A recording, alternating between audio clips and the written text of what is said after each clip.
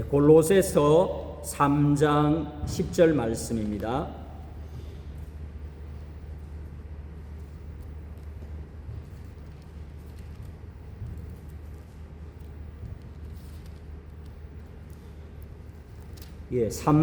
골로새서 3장 10절 말씀을 우리 같이 한번 읽도록 하겠습니다. 새 사람을 입었으니 이는 자기를 창조하신 이의 형상을 따라 지식에까지 새롭게 하심을 입은 자니라. 아멘. 사도행전 한 곳 더 보겠습니다. 14장 말씀입니다. 14장 16절 17절 말씀을 같이 한 번 더 읽겠습니다. 하나님이 지나간 세대에는 모든 민족으로 자기들의 길들을 가게 방임하셨으나 그러나 정언하지 아니하신 것이 아니니 곧 여러분에게 하늘로부터 비를 내리시며 결실기를 주시는 선한 일을 하사 음식과 기쁨으로 여러분의 마음에 만족하게 하셨느니라 하고 18절까지 읽겠습니다. 이렇게 말하여 겨우 무리를 말려 자기들에게 제사를 못하게 하니라. 아멘. 잠시 한번 기도하겠습니다. 하나님 감사합니다. 주님께서 항상 저희들에게 축복해 주시고 은혜를 베풀어 주시고 주님을 증거하심을 감사합니다. 하나님 아버지, 지나간 세대에는 이것을 알지 못하였지만 그러나 우리가 이것을 알고 하나님의 은혜를 깨닫고 주 앞에 예배드리고 돌아오게 하심을 감사합니다. 우리의 감사와 우리의 예배를 받아 주시옵소서. 부족한 자가 주님의 말씀을 증거합니다. 주님 함께하여 주시옵소서. 예수님의 이름으로 기도합니다. 교리의 중요성은 알았지만 참 교리 설교가 되지 않았습니다. 그런데 제가 이제 조금 나이가 들고 하니까 교리 설교가 너무나 중요하다. 우리가 교리를 배우는 것이 너무 중요하다. 제가 청년들 사역하면서까지 어떻게 하면 청년들을 많이 끌어모아 가지고 내가 담임 목사를 한번 나가볼까? 참 이 세상적인 욕망이 굉장히 컸던 것 같습니다. 그래서 어떤 교리적인 보다 완전히 시간도 없는데 설교 준비를 거의 이렇게 월요일부터 시작해가지고 틈틈이 이렇게 준비를 해가지고 어떻게 하면 은혜를 끼쳐볼까? 하나님이 은혜를 주셨는데 내 인간적인 노력으로 참 잘못된 생각이 했었는데 제가 이렇게 교리를 우리 엄집사님하고 수요일을 하면서 교리를 가르치고 교리를 배우는 게 너무 좋다. 제가 얼마 전에도 말씀을 드렸지만 이 뼈대가 있어야 되는데 뼈대를 우리 신앙의 뼈대를 바로 세우고 살을 붙여야 되는데 계속 살만 그냥 붙이려고 하니까 비만이 돼가지고 이렇게 됐구나 하는 그런 생각이 좀 들었습니다. 그래서 오늘도 특별히 이제 인간 창조에 관해서 우리 소요리 문답이 있습니다. 1문부터 107문까지가 있는데 1문에서 38문까지는 교리적인 부분입니다. 제1문은 인간이 제일 되는 목적이 무엇인가? 인간의 제일 되는 목적이 무엇입니까? 하나님께 영광 돌리고 그분을 영원히 즐거워하는 것입니다. 신앙에 대해서 성경 2문답, 3문답은 성경에 대해서 나오죠. 그리고 하나님에 대해서 가르쳐주고 있습니다. 2문, 3문 성경, 4문에서 38문까지는 우리가 하나님에 대해서 무엇을 믿을 것인지 교리적인 부분이 있습니다. 그리고 신앙의 실천적인 부분이 있습니다. 우리가 교리를 배우고 이렇게 하면 실천은 배우지 않는가라는 생각을 하기 쉬운데 그렇지 않습니다. 실천이 39문부터 107문까지입니다. 십계명, 은혜의 방편, 기도에 대한 이런 주기도에 대한 가르침, 이런 가르침을 기본적으로 우리가 알고 하나님의 말씀을 가르쳐야지 실수도 없고 우리가 정말 바로 세워진 가운데 하나님의 말씀을 바로 서갈 수 있다는 생각입니다. 좀 좋지 않은 예를 두 가지 좀 드리겠습니다. 여러분, 이단들에 왜 사람들이 빠져들까요?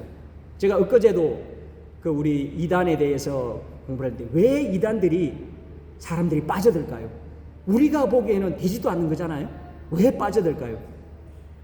그 사람들은 자기들 나름대로의 교리를 딱 만들어가지고 그것을 계속 가르칩니다. 첫 단계 딱 마치고 나면 교리를 가르치고, 물론 우리 이제 제자 훈련하는 것도 있지만 이 사람들은 우리가 제자 훈련은 전체적으로 이제 성경의 나머지 좋은 부분이지만 이단들이 보니까 뭐 문성명 집단이나 이런 데를 보면 계속해서 교리를 가르쳐요. 그리고는 사람이 그게 딱 빠져가지고 영적인 것도 있으니까요. 빠져가지고 그러고 또 요즘 뭐 이만희 집단도 보면 어떻습니까? 계속 그냥 교리를 가르치고 이 성경을 자세히 읽어보면 아닌데 사람들이 자세히 보지 않고 얼렁뚱땅 넘어가고 뭐 영원한 속죄 뭐 또 그 구원파 같은 거는 한번 영원한 속죄를 받았는데 우리가 영원히 속죄 받았기 때문에 우리가 더 이상 죄를 지어도 하나님이 속죄를 했다 그렇게 가르쳐요. 거기에 빠져버립니다. 옛날에 그 티베트 불교의 고성이 있죠. 지금도 살아있죠. 티베트 그 불교에 지금 인도에 망명정부를 세운 달라이 라마가 있지 않습니까? 달라이 라마가 다른 것 안 가르칩니다. 불교의 자기 나름대로의 교리를 딱딱한 교리를 계속 가르쳤습니다. 그러니까 사람들이 교리에 딱 매료돼 가지고 자기들 나름대로의 거기에 딱 이렇게 교리적으로 이렇게 되니까 아 불교가 이거구나 하면서 계속 깊이 들어가는 것을 보게 됩니다. 반대로 우리 교회는 은혜를 끼친다, 은혜 받는다 막 여기에 빠져가지고 우리 그 기본적인 교리적인 가르침이 없으니까 시험에 조금 들면 넘어지고 교회 안 나오고 기본적으로 우리가 이렇게 교리가 없으니까 내가 뭐 이렇게 상처받았다 그래요. 상처받았다 그래요. 그리고는 교회 안 나갑니다. 그리고 많은 사람들이 교회에 대해서 안 좋은 것들에게 너무 많이 있으니까 이렇게 교회를 잘 나오지 않는 이런 것들이 있습니다. 그래서 오늘도 인간에 대한 하나님께서 인간 창조에 관해서 말씀을 해주고 있습니다. 우리 같이 대요리문답이 있습니다. 소요리문답은 우리 그 아동들 청소년용입니다.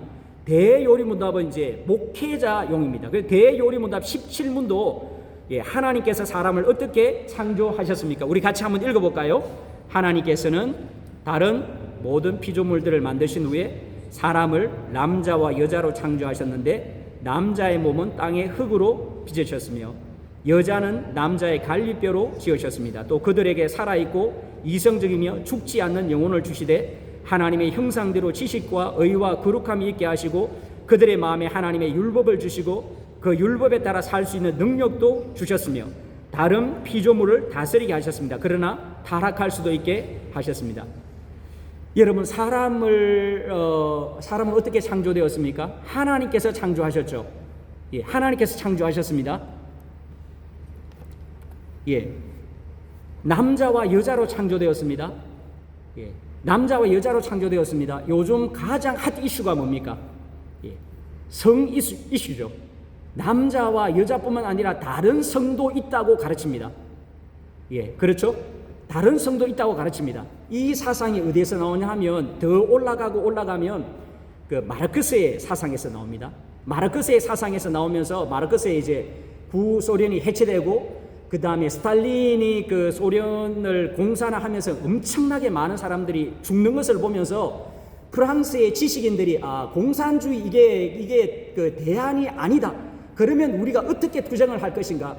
투쟁을 하면서 모든 부분에서 투쟁을 하고 기존의 것을 깨뜨리자. 그 사상에서 나오고 있습니다. 이정훈 교수님이 책을 한 권 썼죠. 성평등이라는 책을 한 권 썼는데 아주 깊이 있게 잘 이렇게 쓴 책이 있습니다. 그래서 우리는 남자와 여자가 아니고 다른 성이 있다는 그것은 무엇입니까? 성경에 대한 공격입니다. 성경의 하나님에 대한 그런 가르침에 대한 그런 공격입니다. 그래서 이 사람들이 보면 기존 체제의 가정을 깨고 우리가 그 중국의 공산혁명 때도 보면 부모를 고발하고 막 이렇게 하는 일이 있었지 않습니까?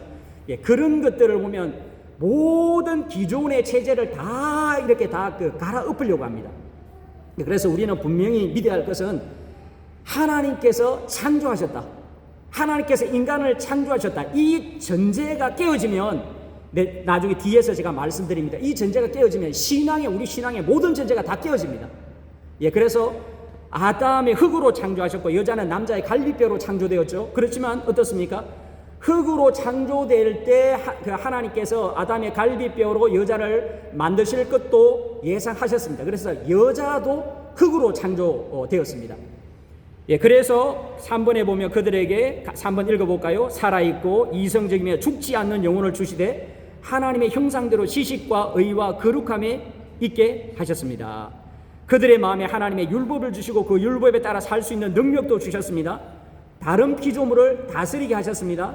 타락할 수도 있게 하셨습니다. 하나님께서 자유의식도 주고 방임한, 참 이 부분에 이제 논쟁이 많이 있는데, 하나님은 억지로 막 이렇게 안 돼라고 하는 것이 없고 이런 자유의지를 하나님께서 주셨습니다.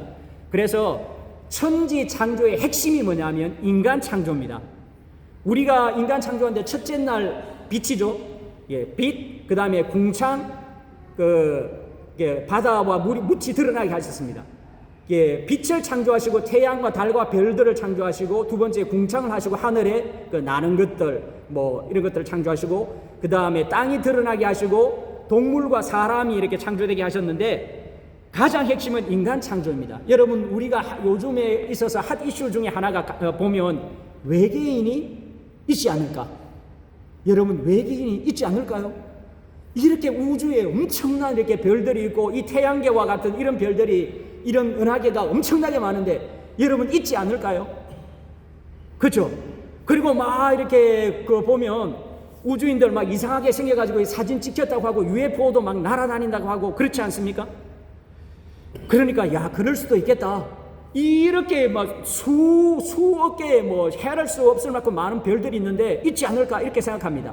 그런데 어떻습니까? 이렇게 생각하는 것은 인간 창조를 뭐라 할까요? 사람의 고귀함을 낮추는 것입니다. 사람이 그만큼 중요합니다. 하나님께서 인간을 위해서 모든 천지 만물을 만드시고 사람을 위해서 그것을 주셨습니다. 그래서 우리가 분명히 알아야 할 것은 하나님께서 사람을 창조하신 것이 가장 귀하게 사람을 창조했습니다. 그래서 중요한 것이 이제 사람이 창조했다고 하는데 진화론이 나와가지고 막 헷갈리게 합니다. 그리고 진화론을 우리가 이제 창조론이 있고 진화론이 있는데, 진화론을 얘기하니까 이렇게 우리가 이제 창조론에 있어서도 뭐 사람이 인간이 만들어지고 이 세상이 창조된 게 6,000년 됐다. 그게 어디서 나오냐 하면 다 아담부터 시작해가 연대수를 다 계산을 했지만 6,000년이 되더라. 이거는 조금 무리가 있는 것 같습니다. 요거는 좀 무리가 있는 것 같은데, 실제로 보면 여러 가지 뭐 피라미드의 증거라든지 그 다음에 만년설의 증거라든지 이런 과학을 덜먹이면 안 되는데요, 이런 증거들을 보면 그보다는 좀 더 오래된 것 같습니다. 그래서 이런 이제 창조론적인 논쟁이 생기니까 뭐냐면 유신론적 진화론이 나옵니다. 유신적, 하나님께서 창조론과 진화론을 막 이제 우리 기독교 과학자들이나 과학자들이 고민하면서 하나님께서 진화 과정을 통해서 창조하셨다. 합리적이지 않습니까, 여러분? 상당히 합리적이잖아요. 그렇죠? 설명하기도 좋잖아요. 우리가 보면 하나님이 창조해서 사람들에게 논쟁하는데, 하나님 그런 말 하지 마. 하나님이 창조해서 이렇게 하면 나 더 이상 얘기할 거리가 아니야. 그냥 이게 얘기 안 돼. 스탑해. 근데 어떻습니까? 하나님께서 이게 뭡니까? 단세포를, 동물을 창조하시고 다양한 발전 과정을 통해서 하나님이 진화를 사용해 가지고 원숭이가 되고, 그리고는 인간이 됐다. 요렇게 하면 뭔가 대화가 되고 그 사람이 굉장히 합리적이고 똑똑하지 않습니까, 여러분? 그렇죠? 그렇지 않습니까? 진화론과 창조론을 딱 섞으면 굉장히 합리적일 것 같지 않습니까? 그렇죠? 합리적일 것 같은데, 그런데 어떻습니까? 이런 주장을, 창조적인 것들을 바로 세우지 않으면 우리 신앙의 모든 전제가 허물어집니다. 여러분, 우리는 이성으로 다 이렇게 신앙에 있어서 가장 이렇게 좀 위험이 되는 게 이성적입니다. 우리는 다 자기 나름대로의 생각이 있어요. 고상한 말로 바꾸면 뭡니까? 철학이 있습니다. 자기 나름대로의 철학이 있기 때문에 다 철학적인 전제를 가지고 있습니다. 그래서 유신론적 진화론이 옳은가? 유신론적 진화론의 해석의 문제가 뭐냐면, 우리가 이제 성경을 이해하는데 과학과 이성과 합리적으로 성경을 해석하고 이해하는 것이 옳은가라는 것이 포함되어 있습니다. 유신론적 진화론이라는 것이 무엇입니까? 성경을 합리적으로, 이성적으로, 과학적으로 해석을 하는데 그런 식으로 성경을 다 해석을 하게 됩니다. 근데 거기에 치명적인 문제가 있어요. 이성적으로, 합리적으로 성경을 해석하면 굉장히 당신 최고야. 이런 소리가 너무 크죠. 예, 소리 껐는데 제가 지금 소리를 너무 크게 지르고 있습니까? 당시 해석이 굉장히 합리적으로 뒤에도 나오는데, 예수님께서 물 위를 걸어갔는데, 물 위를 걸어가는 건 말도 되지 않는 소리를 한다. 물 위를 한번 걸어봐라고. 물 위를 걸어가는 게 아니고, 예수님께서 해가 뜰 때나 해가 뜰 때쯤이나 해가 질 때 그 바닷가 옆으로 바닷가 가까이 걸어갔는데, 보니까 저 제자들 오니까 와, 예수님 물 위로 걸어가셨다. 오, 정말 탁월한 해석이야.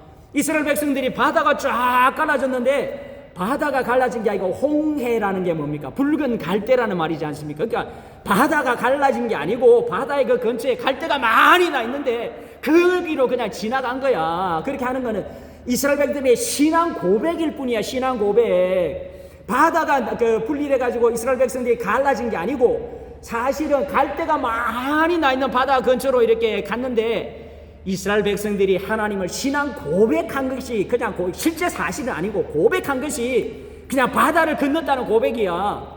예, 굉장히 여러분 합리적이지 않습니까?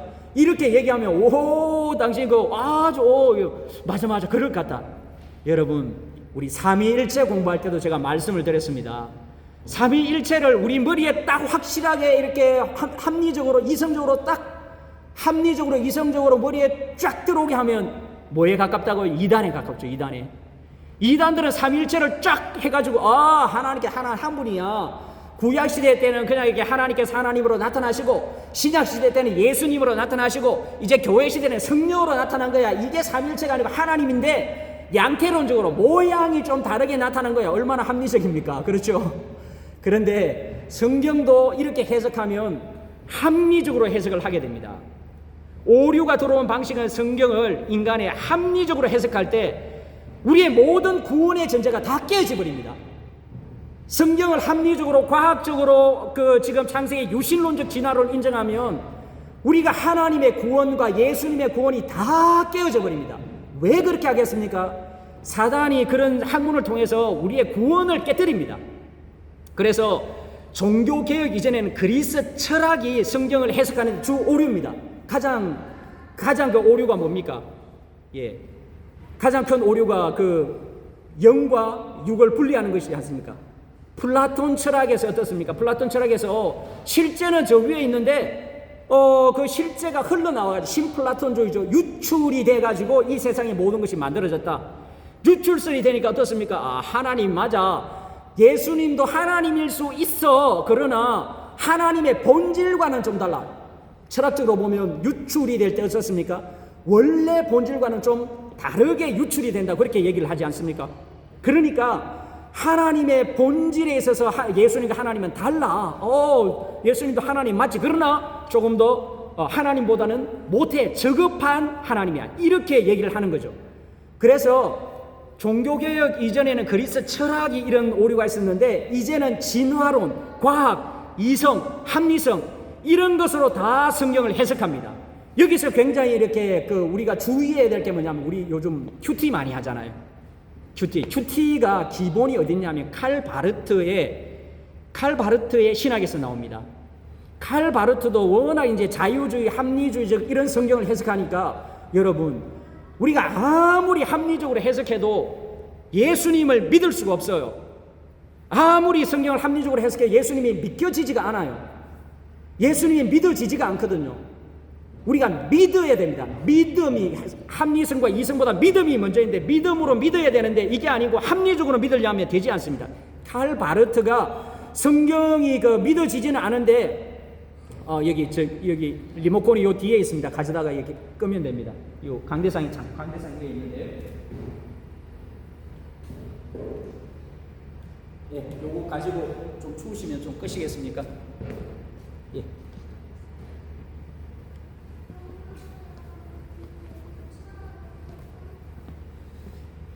예, 합리적으로 성경을 해석하니까 믿어지지가 않거든요. 여러분, 우리가 이성이 얼마나 제한적입니까? 그런데 하나님을 이성적으로 우리가 어떻게 이해를 합니까? 어떻게 우리가 이성적으로 하나님을 우리가 감히 이해를 할 수 있습니까? 불가능하거든요. 우리가 합리성과 이성으로 하나님을 이해하고 내가 믿는다. 그건 불가능합니다. 그래서 뭘 요구합니까? 하나님께서는 인격적인 결단, 믿음을 요구하고 있습니다. 그런데 합리적으로 성경을 해석하니까 이게 믿어지지가 않고 여기에 이제 진화론이 들어가 가지고 이제 이런 문제가 있습니다. 그래서 두 번째 문제가 인간 창조에 대한 성경의 목적을 알지 못하게 합니다. 성경을 같이 한번 읽어볼까요? 성경은 인간 창조가 하나님의 행위라는 점을 말하는 것만으로 그 목적을 다하고 있는 것이 아니다.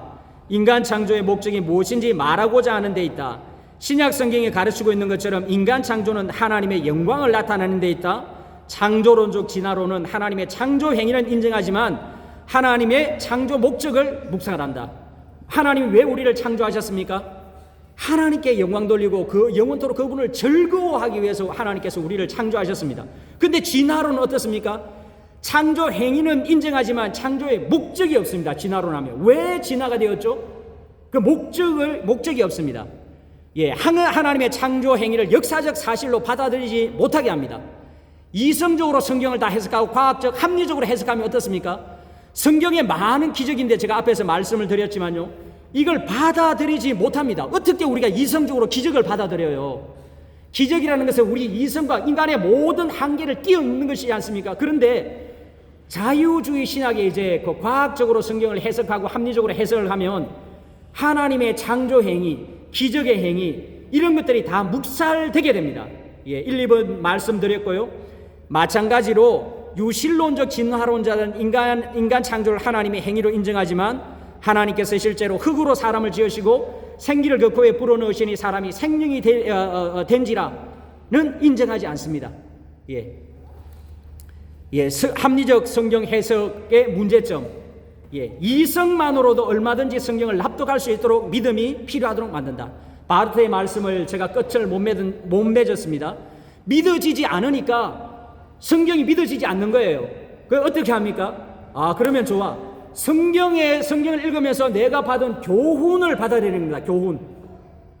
성경을 읽으면서 성경이 믿어지지 않아요. 이 기적들이 안 믿어져요. 그러니까 기적이 믿어지게 하는 방법이 뭡니까? 오병이어의 기적입니다. 그 예수님이 보리떡 5개와 물고기 2마리를 그렇게 한 게 아니고 어린아이가 도시락을 가져와서 자기가 정말 어린아이가 내어놓으니까 어른들도 감추어뒀던 도시락을 다 내가지고 나누어 먹은 거야. 중요한 것은 기적이 아니고 우리가 다 나눌 수 있다는 게 중요한 거야.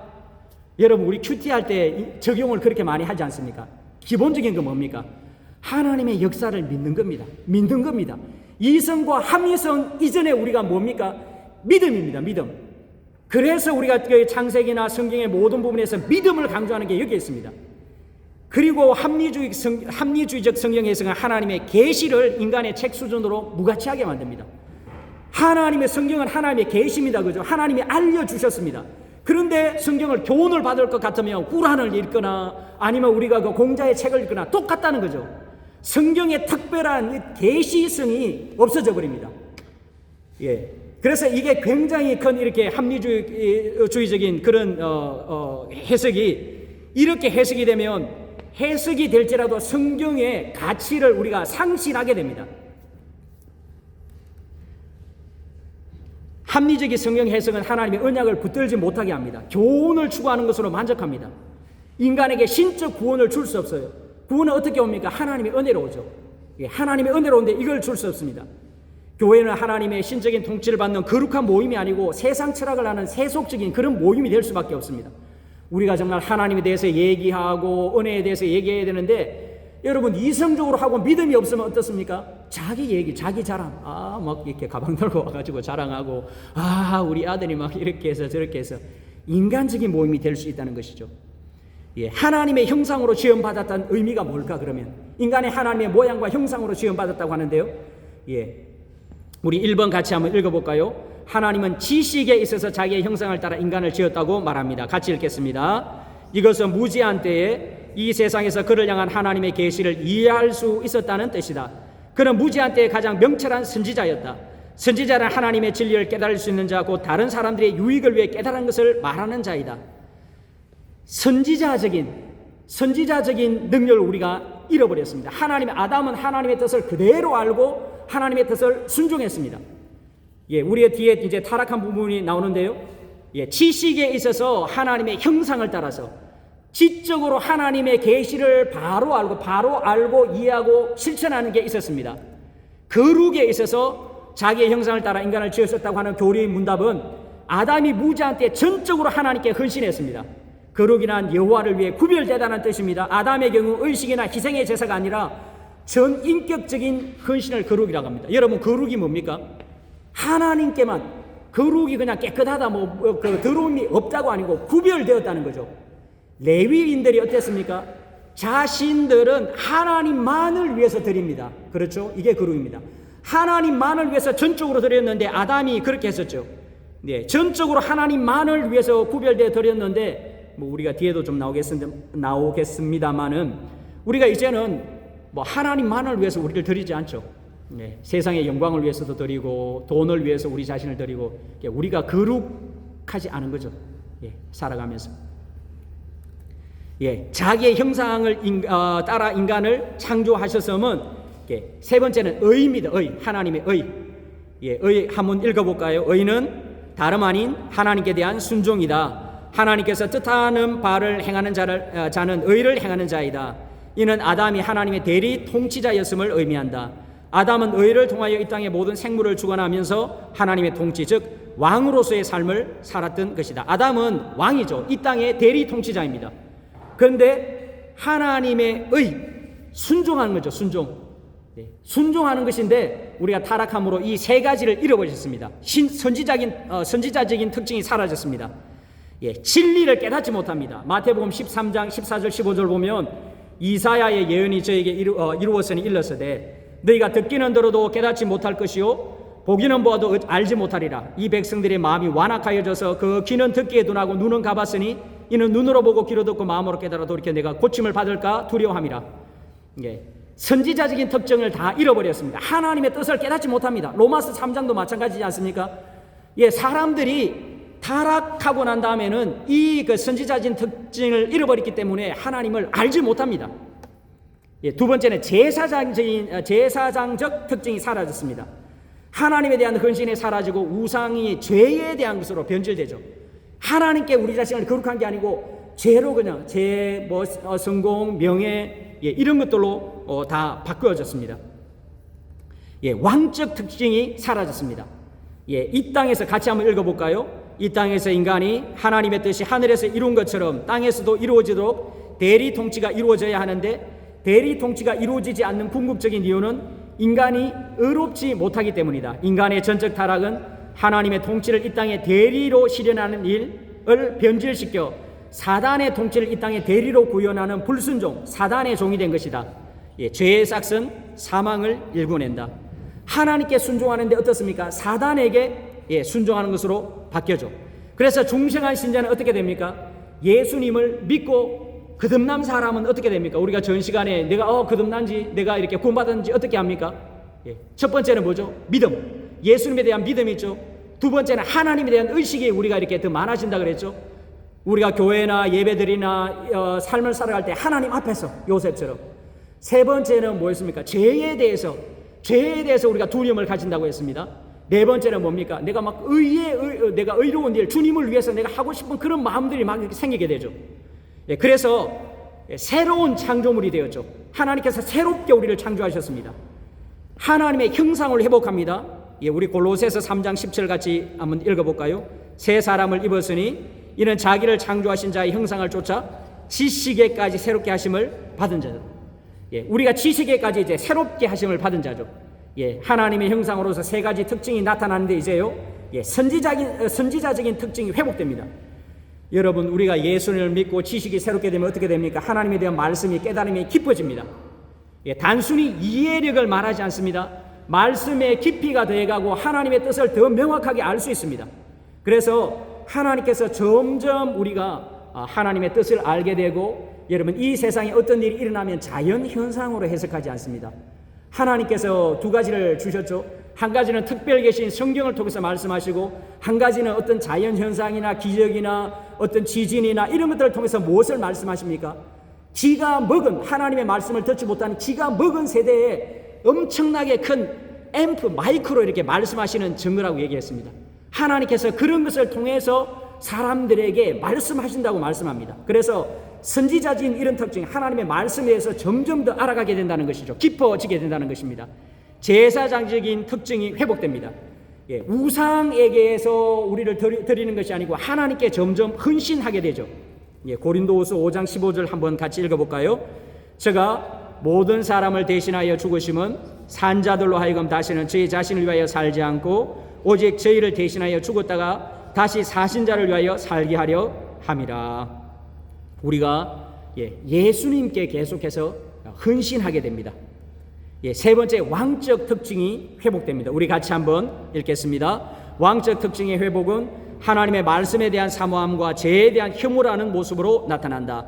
이는 어려워짐과 관련된다. 왜냐하면 의란 하나님께 대한 순종을 의미하는 것이요, 이 하나님께 대한 순종은 곧 하나님의 통치를 이 땅에 대신 구현하는 행위이기 때문이다. 따라서 하나님의 형상으로 회복된 성도는 주의 율법을 즐거워하여 주야로 묵상하는 자가 된다. 그러므로 중생한 성도는 의롭고 선한 일에 열심을 품는 모습이 나타나게 된다. 하나님께 우리가 점점 이렇게 순종하게 되죠. 우리가 말씀에도 순종하지만 하나님의 뜻, 여러분, 우리가 이해하지 못하는 게 있지 않습니까? 많지 않습니까? 합리적으로 이성적으로 이해되지 않는 것들이 많습니다. 그럴 때 성경이 뭘 강조합니까? 믿음을 강조하죠. 합리적으로 이성적으로 우리가 다 믿지를 못합니다. 합리적으로 이성적으로 하나님께서 우리에게 보여주고 설명하면 우리가 거기에 따를 수 있을까요? 못 따릅니다. 하나님이 미리 우리 장래를 갖다가 좀 보여주시면 우리가 그걸 할 수 있을까요? 못합니다. 그러니까 하나님께서 장래를 알지 말라고 하십니다. 오직 미래는 하나님께 달린 일이고 우리가 불안하니까 자꾸 장래를 알려고 하는데, 여러분, 하나님께서 우리를 위해서 계획하신 것들을 우리가 보여주면 못합니다. 그냥 믿음으로 믿고 나가야 됩니다. 이런 순종이 일어날 때 어떻습니까? 우리의 순종을 통해서 주의 뜻이 이루어지는 거거든요. 여러분 믿으십니까? 동의하십니까? 우리의 순종을 통해서 주의 뜻이 이루어집니다. 합리적으로 이성적으로 절대 우리가 신앙생활을 하지 못합니다. 그래서 우리가 구원받은 성도들은 이제 창조, 타락, 회복, 구원이죠. 구원받은 성도들은 이런 증거가 나타난다고 말씀하고 있습니다. 우리 성도들께서 우리가 회복되고 감사하고 모든 게 감사하죠. 우리가 추수감사절을 지내면서 우리가 이제 미국 전통에 따라서 우리나라는 조금 늦기는 하지만 복음을 전해준 것 때문에 얼마나 감사합니까?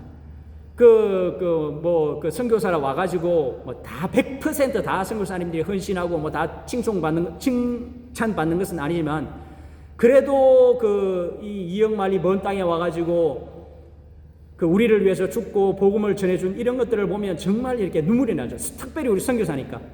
우리 양화진 선교사 묘지도 있지만 대구도 보면 이제 동산병원 그 뒤쪽에 보면 선교사 묘지가 있더라고요. 제가 최근에 알았습니다. 몇 년 전에 알았습니다. 선교사 묘지가 있는데 아이들 묘도 요만하게 해가지고 했더라고요.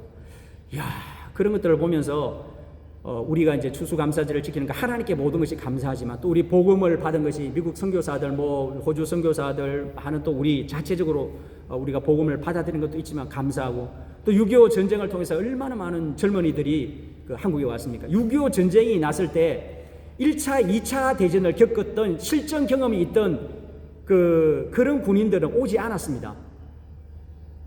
실전 경험이 2차 대전 끝나고 1차 대전을 치렀던 미국에서 이제 2차 대전을 치렀던 군인들은 한국에 오지 않았는데, 왜냐하면 전쟁의 양상이 얼마나 비참한 것을 경험했기 때문에 그 사람들의 입대를 거부하고 젊은 18세, 19세, 20대 전쟁을 모르는 젊은이들이 막 애국심으로 이렇게 왔습니다. 그 젊은이들이 얼마나 많이 죽었습니까? 그것 때문에 우리가 자유를 누리고 주님을 이렇게 지키고 나갑니다. 이런 것들을 생각하면 정말 주님께서 우리를 불쌍히 여기시고 사랑하시고 참 우리를 축복하신다는 이런 것들을 알게 됩니다. 단순히 그냥 우리가 감사하고 정말 감사하죠. 살아가는 호흡하고 살아가는 들이 감사하죠. 그러나 우리가 이런 자유로움 가운데서 신앙생활을 할 수 있다는 것이 엄청난 큰 복입니다. 여러분, 우리 신명기 말씀을 보면 우리 신명기와 민수기의 차이가 뭡니까? 마지막에 보면 민수기는 이스라엘 백성들이 막 열심히 이집트에서 살 때는